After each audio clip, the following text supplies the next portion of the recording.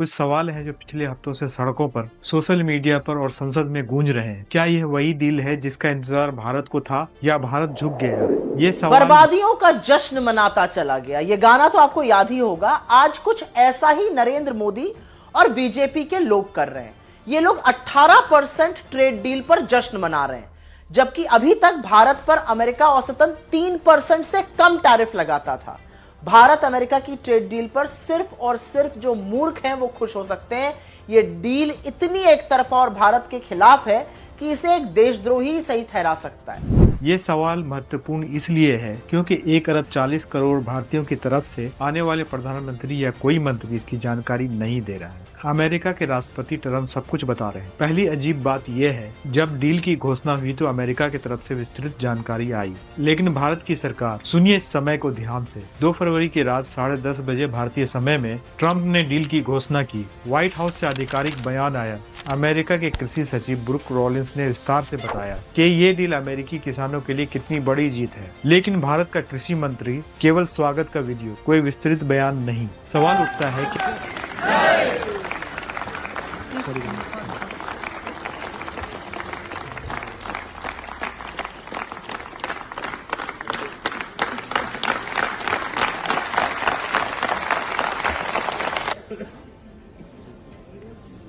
नहीं। सवाल उठता है, क्या देश की खेती को अमेरिका के लिए खोल दिया गया है? डेयरी सेक्टर का क्या? किसानों को सीधे क्यों नहीं बताया गया? अब आइए आंकड़ों पर नजर डालते हैं, क्योंकि आंकड़े झूठ नहीं बोलते। ट्रंप का दावा है कि भारत 500 अरब डॉलर के अमेरिकी उत्पाद खरीदेगा। समझिए, 500 अरब डॉलर यानी 45 लाख करोड़।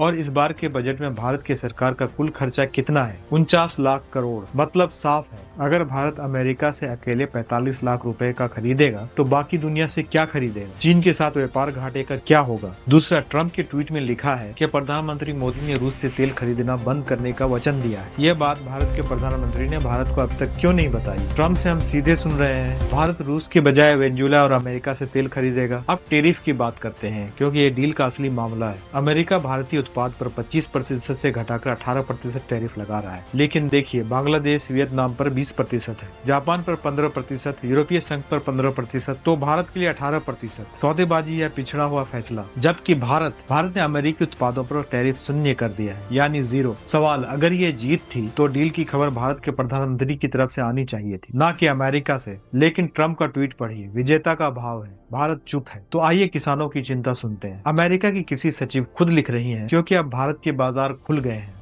अमेरिकी खाद्य उत्पादों के लिए, लेकिन भारत के किसान, उन्हें अभी तक सूचना ही नहीं मिली कि डील में क्या है। क्या उनकी मिर्च, गेहूं, दाल को अब अमेरिकी आयात से मुकाबला करना पड़ेगा? 1 साल पहले प्रधानमंत्री ने कहा था, हमारे किसानों का हित सर्वोच्च प्राथमिकता है, हम कभी समझौता नहीं करेंगे। सवाल ये है, क्या समझौता किसानों की कीमत पर हुआ है या प्रधानमंत्री ने खुद व्यक्तिगत कीमत चुकाई है? यह सबसे बड़ी बात है। 2 फरवरी हमारे लिए अपने किसानों का हित सर्वोच्च प्राथमिकता है।